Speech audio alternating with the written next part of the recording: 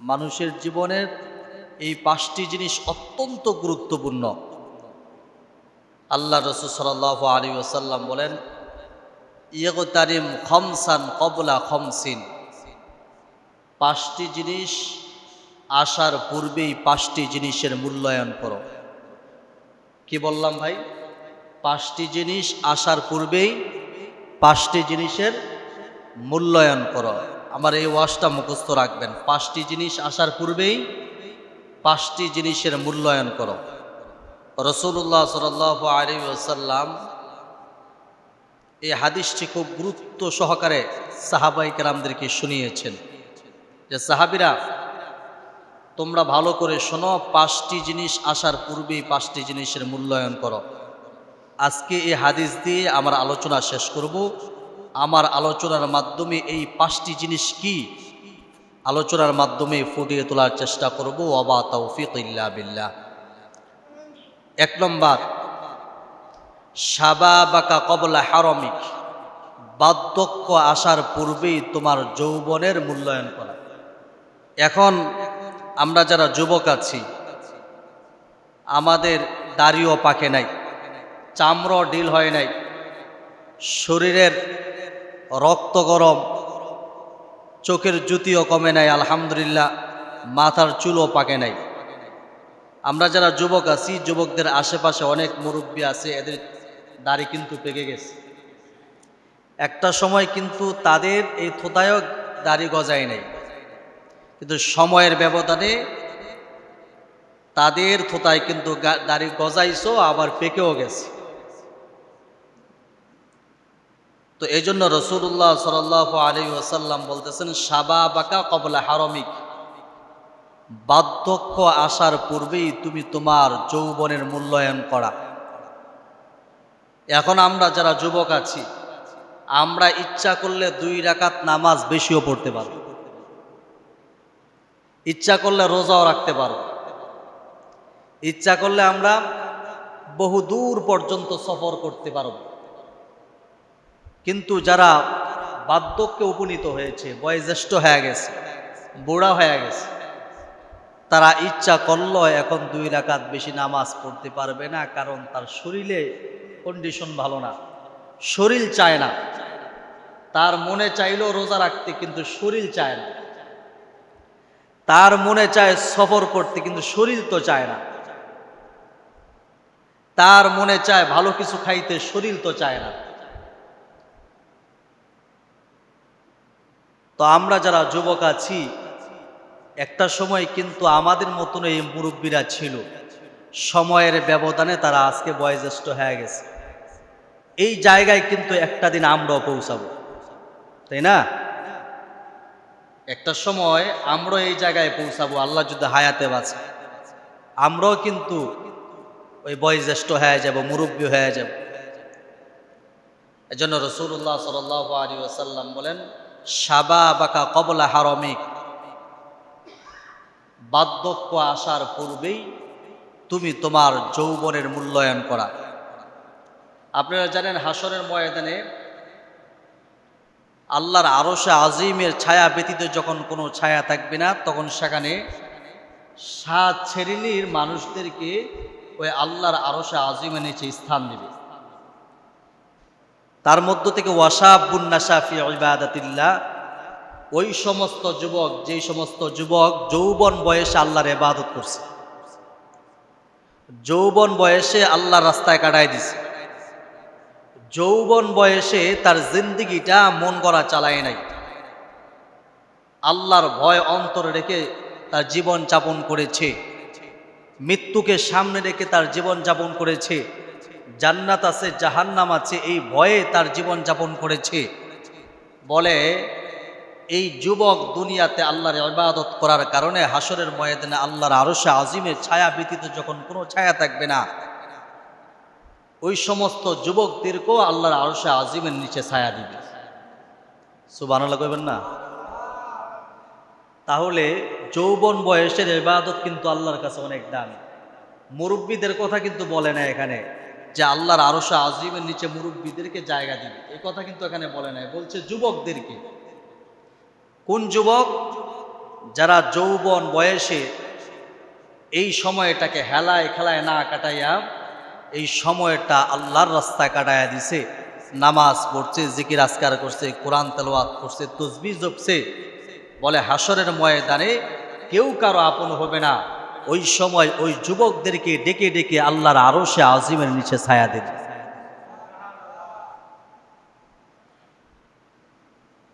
এই জন্য রাসূলুল্লাহ সাল্লাল্লাহু আলাইহি ওয়াসাল্লাম বলেন, ওয়াশাবুন নাশা ফি ইবাদাতিল্লাহ, যৌবন বয়সের ইবাদত আল্লাহর কাছে অনেক দামি। তো আমাদের আলোচনা ছিল, আল্লাহ রাসূল বলেছেন বার্ধক্য আসার পূর্বেই যৌবনের মূল্যায়ন করা। এটা হলো 1 নম্বর নসিহত। 2 নম্বর, ওয়াসিহহাতাকা ক্বাবলা সাকমিক, অসুস্থ হওয়ার পূর্বেই সুস্থতার মূল্যায়ন করা। এখন আপনি সুস্থ আছেন, আপনি ইচ্ছা করলে অনেক কিছু করতে পারবেন। দাওয়াতে তাবলীগের মেহনতে বের হয়ে যেতে পারবেন, সামনে চরমনায় মাহফিল আসতেছে, চরমনায় মাহফিলে চলে যেতে পারবেন। সুস্থ আছেন। সুস্থ থাকলে মনও ভালো থাকে, কাজ কাম করতেও ভালো লাগে। কেউ যদি অসুস্থ হয়ে যায় তখন কি কোনো কিছু ভালো লাগে? কিছু ভালো লাগে না। মুখে রুচি থাকে না, জিহ্বায় রুচি থাকে না। মিষ্টি জিনিস দিল তার জিহ্বায় তিতা লাগে, মাছ দিলে তার মুখে গন্ধ করে। জ্বর আসলে মানুষ একেবারেই কি হয়ে যায়? দুর্বল হয়ে যায়। অথবা আপনার পাও কেটে গেল, পঙ্গু হয়ে গেলেন, ইচ্ছা থাকলো আপনি দাওয়াতে তাবলীগের মেহনতে সময় লাগাইতে পারবেন না, ঘরে পড়ে থাকতে হবে প্রতিবন্ধীর মতো। অথবা আপনার প্যারালাইসিস হয়েছে, আপনি ঘরে পড়ে থাকতে হবে। বা এমন রোগ হয়েছে আপনি কোথাও বের হতে পারেন না। অনেক সমস্যা আমাদের আছে। এজন্য আল্লাহ রাসূল সাল্লাল্লাহু আলাইহি ওয়াসাল্লাম বলেন, ওয়াসিহহাতাকা ক্বাবলা সাকমিক, তোমার অসুস্থতা আসার আগেই সুস্থতার মূল্যায়ন করা। কিন্তু আমরা সুস্থ থাকলে তো আল্লাহর ইবাদত করতে চাই না। যখন অসুস্থ হয়ে ঘরে পড়ে থাকি তখন কই আল্লাহ যদি সুস্থ করে দিত হজ করে আইতাম, আল্লাহ যদি সুস্থ করে দিত মসজিদে গিয়ে নামাজ আদায় করতাম।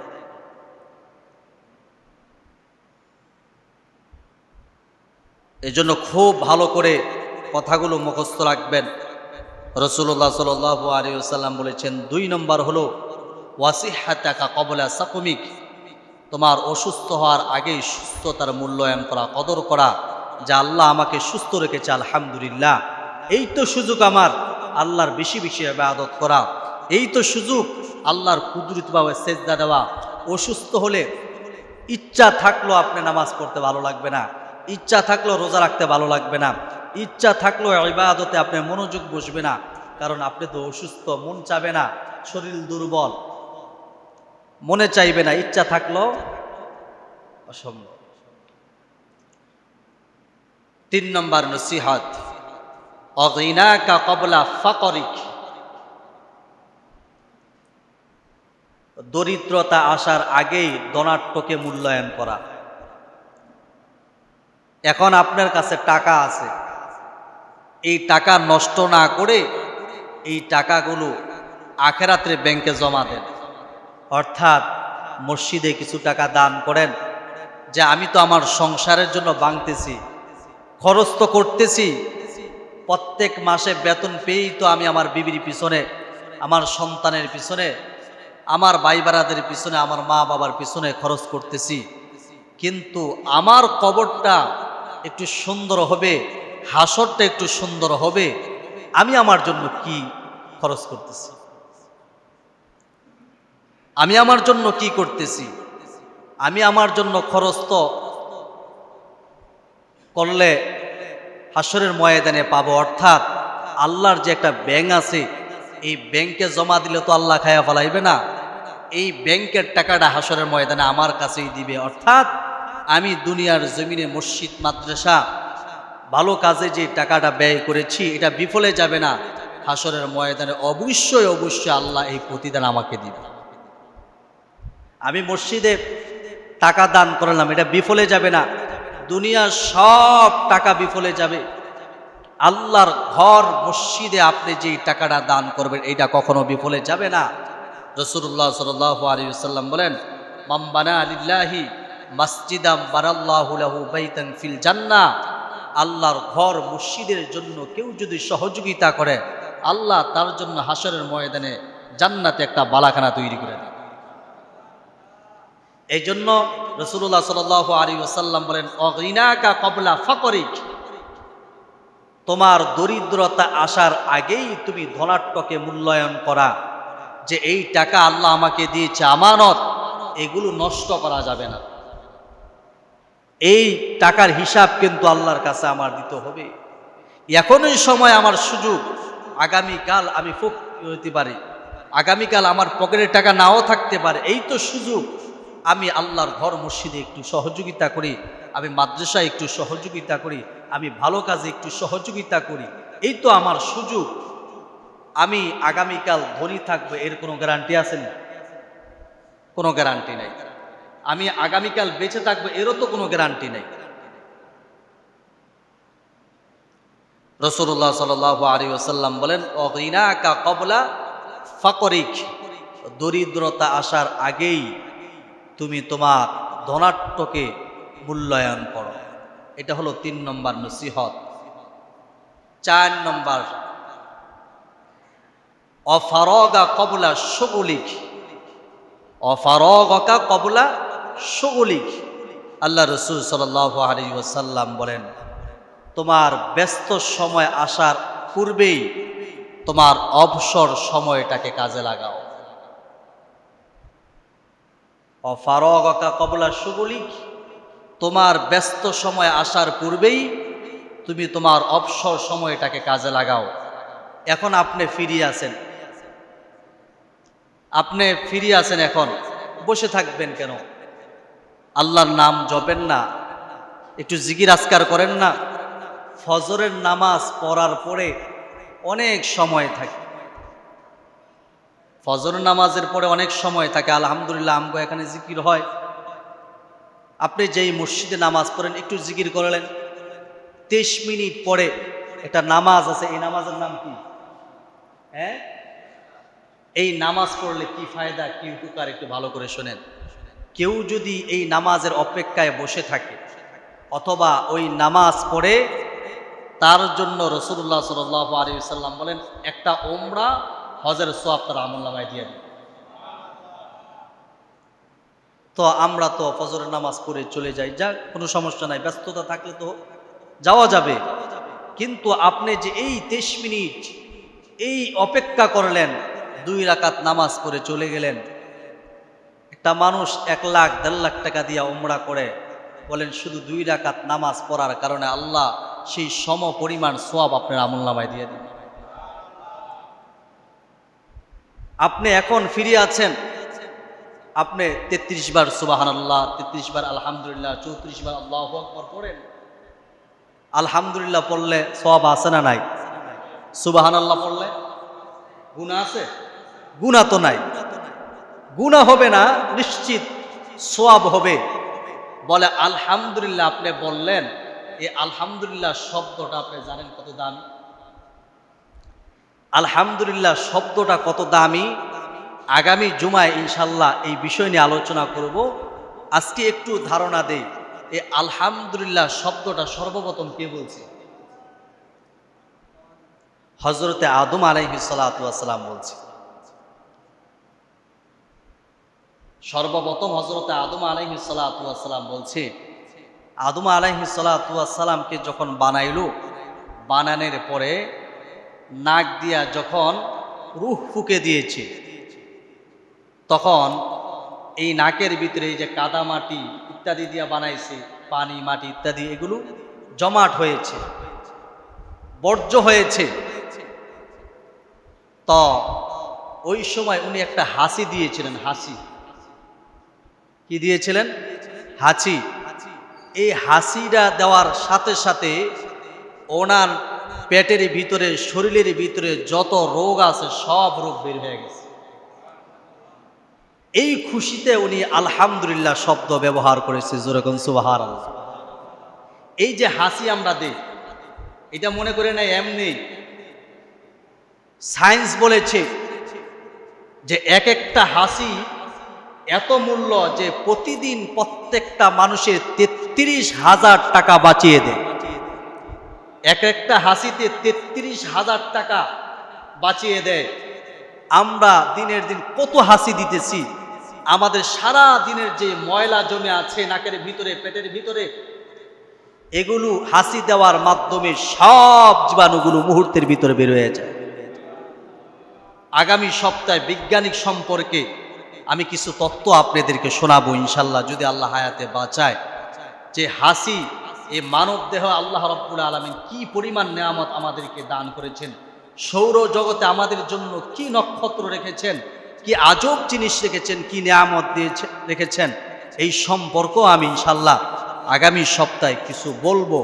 তো যেই কথাটা বলতেছিলাম, হযরতে আদম আলাইহিস সালাতু ওয়াস সালাম সর্বপ্রথম আলহামদুলিল্লাহ বলছে। আল্লাহর কাছে এই আলহামদুলিল্লাহ শব্দটা এত বেশি পছন্দ হয়েছে, আল্লাহ রাব্বুল আলামিন নিজের নামের সাথে এই আলহামদুলিল্লাহটা লাগাই দিছে, যে আজকের পর থেকে এই আলহামদুলিল্লাহ শব্দটা আমার নামে থাকবে। জান্নাতের ভিতরে জান্নাতীরা এত বেশি পরিমাণ আলহামদুলিল্লাহ শব্দটা বলবে, দুনিয়ার জমিনে আমরা দিনে কয়বার শ্বাস নিঃশ্বাস ছাড়লাম, আবার ভিতরে বের ঢুকাইলাম, এই অক্সিজেন ভিতরে নিতেছি আবার বের করতেছি, আমরা কখনো কোনোদিন গণনা করতে পারবো? দিনে কতবার শ্বাস নিঃশ্বাস ছাড়তেছি পৃথিবীর কোনো মানুষ বলতে পারবে না। বলে জান্নাতের ভিতরে জান্নাতীরা এত বেশি পরিমাণ আলহামদুলিল্লাহ শব্দটা বলবে, কি পরিমাণ যে আলহামদুলিল্লাহ শব্দটা বলবে জান্নাতীরা হিসাব করে সেদিন শেষ করতে পারবে। এত বেশি পরিমাণ আলহামদুলিল্লাহ শব্দটা বলবে। তো দুনিয়াতে একটা সুযোগ আছে, আপনি অবসর সময় বসে আছেন, আল্লাহর একটু জিকির করেন না আলহামদুলিল্লাহ, সুবহানাল্লাহ, এতে আল্লাহ খুশি না বেজার হবে? খুশি হবে না? তো একটু আমরা জিকির করতে পারবো না? অবসর সময়টা কোনোভাবেই যেন আমার বিফলে না যায়, কারণ এই সময়ের তো হিসাব আল্লাহর কাছে দিতে হবে। এই জন্য আমরা খুব খেয়াল রাখবো যে আমার জিন্দিগি থেকে একটা সময় যেন বেহুদা না কেটে যায়। আমি একটা কথা সব সময় বলি, গুনাহ ছোট হোক বড় হোক আমরা করব না। কি বললাম বাবা? আমার সাথে এটা মুখস্থ করেন, গুনাহ ছোট হোক বড় হোক আমরা করব না। বলেন কি বলছি? বলেন বলেন। গুনাহ ছোট হোক বড় হোক আমরা, আমল ছোট হোক বড় হোক আমরা ছাড়ব না। আবার বলেন, গুনাহ ছোট হোক বড় হোক আমরা করব না, আমল বড় হোক ছোট হোক আমরা ছাড়ব না। এই ওয়াজটা যদি মুখস্থ রাখতে পারেন, আশা করি সময়ের মূল্য দিতে পারবেন, এই হাদিসের মূল্য দিতে পারবেন, যে আমার জীবন থেকে একটা সেকেন্ড যেন নষ্ট না হয়। আমি যদি আমল নাও করতে পারি, এতটুক তো করতে পারবো, গুনাহ করব না, হারাম খাবো না, হারামের কাছেও যাব না, পারবো না ইনশাল্লাহ ভাই? আল্লাহ আমাদের তৌফিক দান করুন। মুহতারাম হাজরিন, যেই কথাটা বলতেছিলাম, তোমার ব্যস্ত সময় আসার আগেই অবসর সময়টাকে কাজে লাগা। এখানে আমরা অনেকে চাকরি করি, ব্যবসা করি। আপনি চাকরি করতেছেন, কোনো সমস্যা নাই, আপনি কাপড় বুনতেছেন, কোনো সমস্যা নাই, আপনি ওই মাঝে মাঝে আল্লাহর একটু জিকির করেন, 3 বার সূরা ইখলাস পড়েন। আল্লাহ রাসূল সাল্লাল্লাহু আলাইহি ওয়াসাল্লাম বলেন, কেউ যদি 3 বার সূরা ইখলাস পড়ে, আল্লাহ রাব্বুল আলামিন তার আমলনামায় 1 খতম কোরআনের সওয়াব দিয়ে দিবে। আমরা কে না পারি সূরা ইখলাস? সবাই তো মোটামুটি পারি, আর শুদ্ধ হোক আর গায়রে শুদ্ধ হোক পারি তো ইনশাআল্লাহ। তো এই সূরাটা যদি 3 বার পড়ি, তাহলে আল্লাহ রাব্বুল আলামিন আমলনামায় 1 খতমের সওয়াব দিয়ে দিবে। তো আমরা কেন সময় নষ্ট করব? দোকানে বসে আছি, পড়ি বিসমিল্লাহির রহমানির রহিম কুল হুয়াল্লাহু আহাদ আল্লাহুস সামাদ লাম ইয়ালিদ ওয়া লাম ইউলাদ ওয়া লাম ইয়াকুল লাহু কুফুয়ান আহাদ বিসমিল্লাহির রহমানির রহিম কুল হুয়াল্লাহু আহাদ আল্লাহুস সামাদ লাম ইয়ালিদ ওয়া লাম ইউলাদ ওয়া লাম ইয়াকুল লাহু কুফুয়ান আহাদ বিসমিল্লাহির রহমানির রহিম কুল হুয়াল্লাহু আহাদ আল্লাহুস সামাদ লাম ইয়ালিদ ওয়া লাম ইউলাদ ওয়া লাম ইয়াকুল লাহু কুফুয়ান আহাদ। এই তিনবার সূরা ইখলাস পড়লাম, 1 ঘন্টা সময় লাগছে মনে হয়। কয় মিনিট লাগছে? 1 মিনিট। আল্লাহ তো আমলনামা 1 খতম কোরআনের সওয়াব দিয়ে দিবে। এখন বলতে পারেন হুজুর, যদি এইভাবে আমরা বছরের পর বছর সূরা ইখলাস 3 বার করে পড়ি, আল্লাহ কি তত খতমের সওয়াব দিবে যতবার পড়বো? হ্যাঁ। মানে বলতে পারেন হুজুর, এত সওয়াব কই রাখবো, তাই না? এত সওয়াব কই রাখবো? গ্রামগঞ্জে দেখবেন ওয়াজ হয়, এই ওয়াজের বাঁশ কালেকশন করার জন্য ছাত্ররা গেছে। গ্রামের এক মূর্খ লোকের কাছে গিয়া বলতেছে, ভাই আপনার যে গাছে বাঁশ আছে, একটা বাঁশ যদি আল্লাহর ঘরে দান করেন, ওয়াজ মাহফিলে দান করেন, মাদ্রাসায় দান করেন, হাসরের ময়দানে 70টা বাঁশের সওয়াব দিয়ে দিন। হেই লোক ফাল দিয়া কয়, এ মিয়া, হাসরের ময়দানে কোটি কোটি মানুষ দাঁড়ানোর জায়গা থাকবে না, আমার তখন 70টা বাঁশ রাখবো কই? আমার 70টা বাঁশ রাখবো কই? সেদিন কোটি কোটি মানুষ থাকবে, এরই তো জায়গা পাইবে না, তাই না?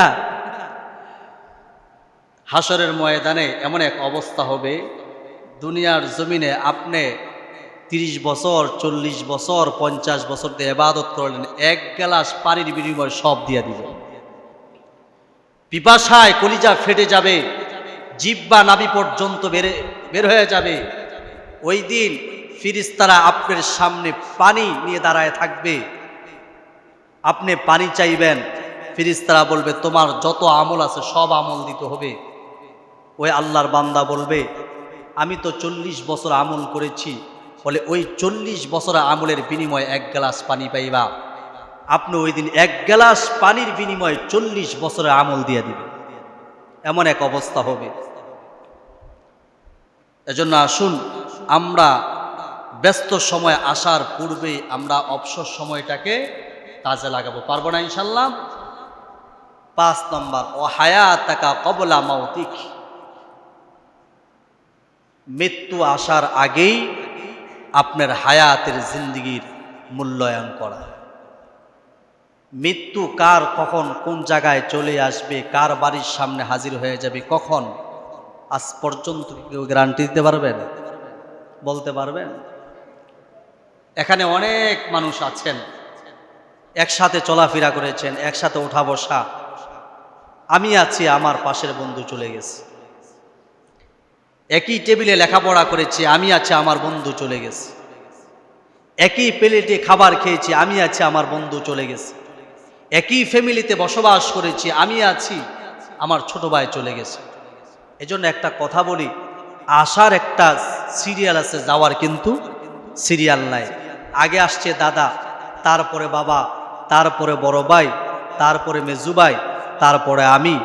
যাওয়ার কিন্তু সিরিয়াল নাই। এমনও ইতিহাস হয়, নানার আগে নাতি কবরে চলে যায়, এমন আছে না? আসার একটা সিরিয়াল আছে, যাওয়ার কিন্তু সিরিয়াল নাই। এজন্য রাসূলুল্লাহ সাল্লাল্লাহু আলাইহি ওয়াসাল্লাম বলেন, আল কাইয়্যিসু মান দানা নাফসাহু ওয়া আমিলা লিমা বা'দাল মাউত ওয়াল আজিজু মান ইত্তাবা নাফসাহু হাওয়াহা ওয়া তামান্না আলা আল্লাহি আযজা ওয়া জাল্লা। আরে জ্ঞানী তো ওই ব্যক্তি, যেই ব্যক্তি মরার আগে, কবরে যাওয়ার আগে, হাসরের ময়দানে ওঠার আগে তার জীবনের হিসাব কামিলা, যা আমি কবরে যাইতেছি, আমার বয়স তো হয়ে গেছে, এখন তো কবরে চলে যাওয়ার সময়, আমি আমার জিন্দেগিটা কিভাবে সাজিয়েছি। এ বাপ, একটু ভালো করে বুঝবা, তুমি যদি আজকে মারা যাও, সূর্য কিন্তু আগের মতোই উঠবে, চন্দ্র কিন্তু আগের মতোই উঠবে, বাজারঘাট কিন্তু আগের মতোই চলবে, সমাজের মানুষগুলো কিন্তু আগের মতোই বসবাস করবে, সব থাকবে, শুধু আমি আর তুমি থাকবো না। শুধু আমি আর তুমি থাকবো না।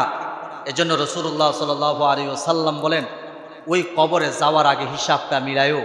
আল কবরু রাউযাতুম মির রিয়াজিল জান্নাহ আও হুফরাতুম মিন হুফারিন নার। কারো জন্য হবে কবর জান্নাতের বাগান, না হয় কারো জন্য হবে কবর জাহান্নামের গর্ত। তুমি তোমার হিসাবটা মিলাও, আসলেই কি তুমি জান্নাতি হইবা নাকি জাহান্নামী হইবা? তোমারটা তুমি হিসাব মিলাও। তুমি তো ফজরের নামাজও পড়ো নাই, তুমি তো জোহরের নামাজও পড়ো নাই, তুমি তো আসরটা আসতেছে আসরের নামাজও পড়বা না, মাগরিবও তো পড়বা না, তাহলে আল্লাহ তোমার কেমনে জান্নাত দিবে? তুমি তোমার হিসাবটা মিলাও।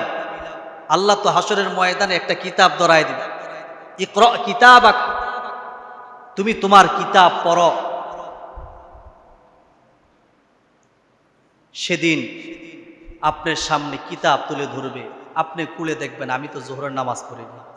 যেদিন মৃত্যুবরণ করেছি ওই দিন তো ফজরের নামাজটাও পড়ি নাই, তো ধরা খেয়ে যাবেন এমনি। আল্লাহর বিচার করতে হবে না, আপনি নিজের বিচার আপনি নিজেই করবেন।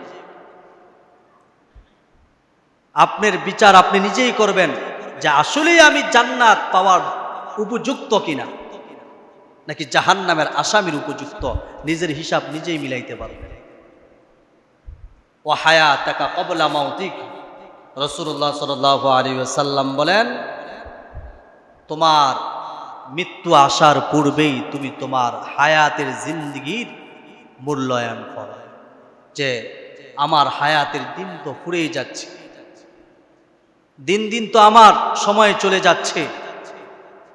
আমার জীবন থেকে একটা সেকেন্ড চলে যাওয়া মানেই আমার কবর দেশে যাত্রী হওয়া।